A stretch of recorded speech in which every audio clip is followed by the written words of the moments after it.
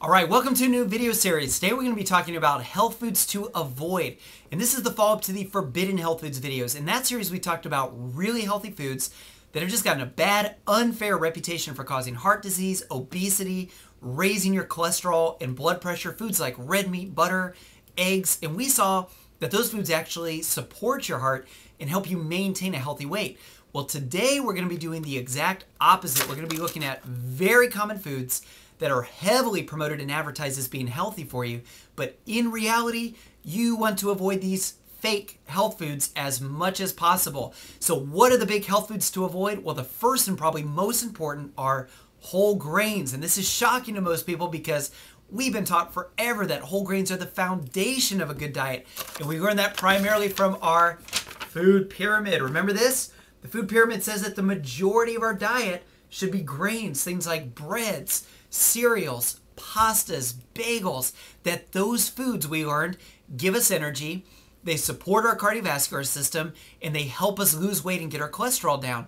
But as we're going to see, the modern whole grain products actually do the opposite. They make it harder to lose weight, they make it harder to get your cholesterol and blood pressure down, and for most people, they just make them tired, sluggish, and keep them in a rut of craving carbohydrates and more grains, so they're never satisfied throughout the day.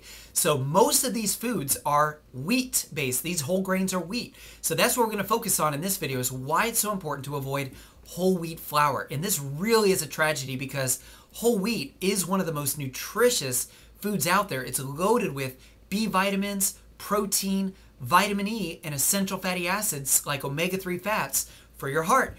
But modern processed whole wheat flour loses a lot of the nutrition, and that's the first big reason you want to avoid whole wheat flour, is it doesn't have the nutrition that should be in whole wheat. The best example of this is the wheat germ oil.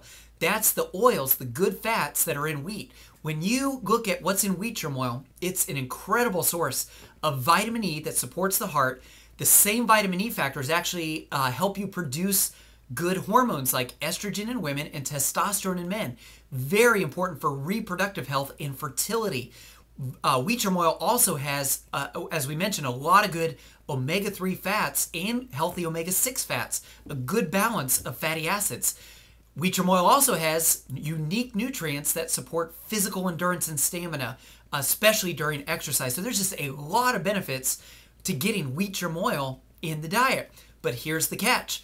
Once you take whole wheat and you grind it into flour, and that wheat germ oil is exposed to oxygen, it's going to go rancid and spoil very quickly. Usually within 2 or 3 days after making flour of any kind, that wheat germ oil is going to go rancid. Not only do you lose the nutrients, but you also get a toxin when you get a rancid oil. No matter what kind of rancid oil it is, those fats are very destructive in our body, and those fats are the kind of fats that really can cause cardiovascular damage and a lot of other problems, increased joint inflammation, things like that. So fresh wheat germ oil is a great health food.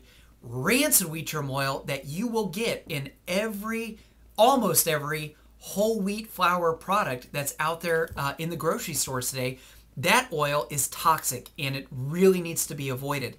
Now, the alternative isn't any better. The white flour products, what they do is they take a chlorine bleach substance to give it that white color, but that chlorine substance, when it interacts with flour, it produces a very potent toxin called alloxin.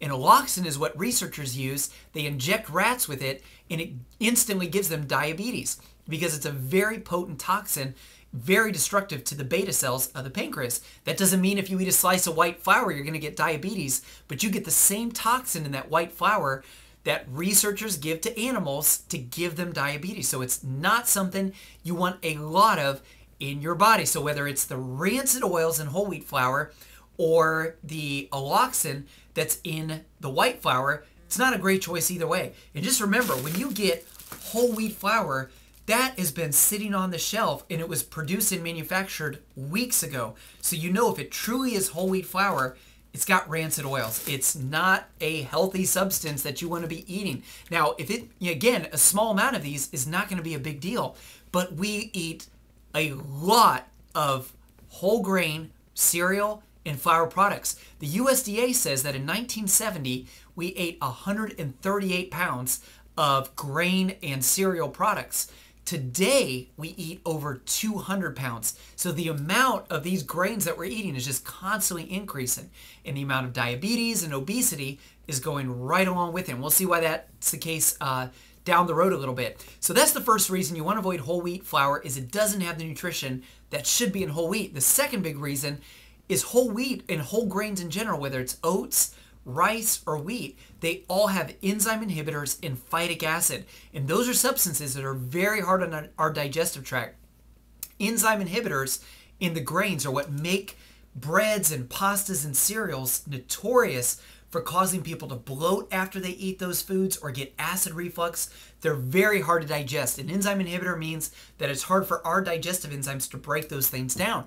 Now, the phytic acid that's in those whole grains, what they'll do is they'll bind to nutrients like iron, zinc, calcium, and magnesium, and make it hard to absorb those minerals. So it's almost like an anti-nutrient. The more of that phytic acid you get, the harder it is to absorb your minerals. The good news is that enzyme inhibitors and phytic acid that are in oats, rice, and wheat can be very easily neutralized. If you soak grains overnight, like if you make oatmeal and you soak the oats in water overnight, you neutralize most of the enzyme inhibitors and phytic acid. Sourdough bread, that's a process that neutralizes the phytic acid.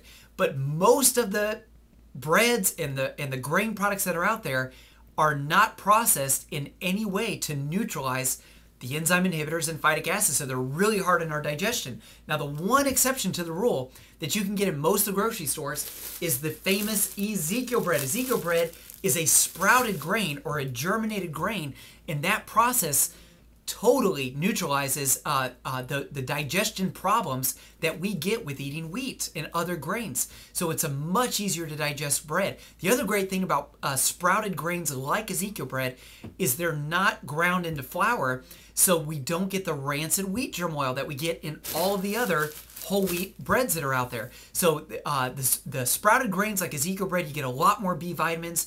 You get the protein that you should from whole wheat. If you're going to eat bread, that type of bread is the best. And I put a link to the website where you can go to the Food for Life website, find out more about the Ezekiel bread and a lot of other great products like their hot dog buns, hamburger buns, much, much healthier than the other whole grain products that are out there. Now, the only people that can't do sprouted whole wheat products like that are people that are gluten intolerant or allergic to gluten. And this is the third big reason you want to avoid whole wheat flour products is in this country, we have a huge growing problem of more and more people getting allergic or intolerant to gluten. And there's a lot of reasons for that. Two of the biggest are we have widespread digestion issues and widespread immune system problems. And when you have immune system problems and digestion weaknesses, you're very likely to develop a gluten allergy, especially when you eat gluten for breakfast with your cereal, gluten for lunch with your sandwich bread, and gluten for dinner with your pasta and dinner rolls. When you get bombarded with gluten and you have these digestion and immune system weaknesses, you're very likely to develop an allergy. Now, this is what's so scary about this is most people that have a gluten allergy have no idea. And so they're walking around just loading up on gluten the whole day. That's the staple of our American diet. And they're more likely to have chronic joint pain, chronic fatigue, chronic digestion problems, and many, many other problems that can come from that gluten allergy. So a side note, if you've never been tested for a gluten intolerance, it's well worth it to do a simple saliva test or a blood test to rule that out. That can be life-changing information. So gluten is the third big reason that we want to avoid or greatly minimize our whole wheat flour products. Now, if all that isn't depressing enough and enough motivation to get off of whole wheat flour products, the fourth is they're loaded with carbohydrates. And if there's anything we don't need more of in this country, it's carbohydrates. Carbohydrates just add fuel to the fire of our diabetes and obesity epidemic. And this is where there's so much confusion is people think that if it doesn't taste sweet, like soda or candies or dessert, it's not going to be a problem for your blood sugar. But that wheat flour is broken down into glucose just like any other carbohydrate, and it's going to stimulate a big spike in insulin. And when you get a big spike in insulin, that hormone tells your body, store fat, increase the cholesterol production, especially the bad cholesterol. And it's also going to tell your body to usually increase blood pressure a little bit. So it's going to make it harder to lose weight, harder to get your cholesterol down, and harder to get your blood pressure down. And the fourth nasty thing that comes from getting a lot of carbohydrates that increase the insulin production is it gets you in a vicious cycle of craving more and more carbohydrates. So the more bread you eat, the more bread you crave. So this is, I think, the biggest reason to avoid these whole grain products is just all the carbohydrates that are in them. Now, if that's not bad enough, the food manufacturing companies add extra sugar to the whole grain products that make them even harder to lose weight when you consume these foods on a regular basis. So we're not going to pick on any specific name brands. We're going to show you a few examples, not picking on anybody specifically, because all the companies pretty much do this. So we're going to look at cereals first. Special K. This is shocking because most people think this will help you lose weight, and that's what it's promoted as, but you see that there is sugar and high fructose corn syrup when you look in the ingredients of this. Not something you want a lot of when you're trying to lose weight. What about All Brand? This has got to be really healthy, right? Second ingredient is sugar. Third ingredient is high fructose corn syrup. Now this one's really ironic. This one's promoted as being a heart-healthy cereal. There's a picture of a heart on it. It says a low-fat part of your heart-healthy diet. But if you look in the ingredients, it's got the 3 food ingredients you want to avoid the most when you're trying to have a healthy heart. It's got a lot of cornmeal in it, which is another potent carbohydrate source. It's got sugar, high fructose corn syrup, and it's got partially hydrogenated soybean oil. That's a trans fat that you hear so much about that you want to avoid when you're trying to protect your heart. So very ironic that this is promoted as being a heart-healthy cereal. Well, you say, I eat organic cereal. Well, the second ingredient on this one is sugar. And then you say, well, I eat oatmeal for breakfast. Well, whole oats can be great, especially like the steel-cut oatmeal. But a lot of times with the packaged oatmeal like this, you get added sugar. The second ingredient on this one is sugar. Well, you say, well, I don't eat cereal. I eat breakfast bars. This is one that hits a lot of people close to home. It's got high fructose corn syrup and a lot of carbohydrates from the enriched processed flour that's in here. This one's really going to make you mad. Don't be mad at me. Second ingredient, sugar. Another one you're probably going to be mad at me.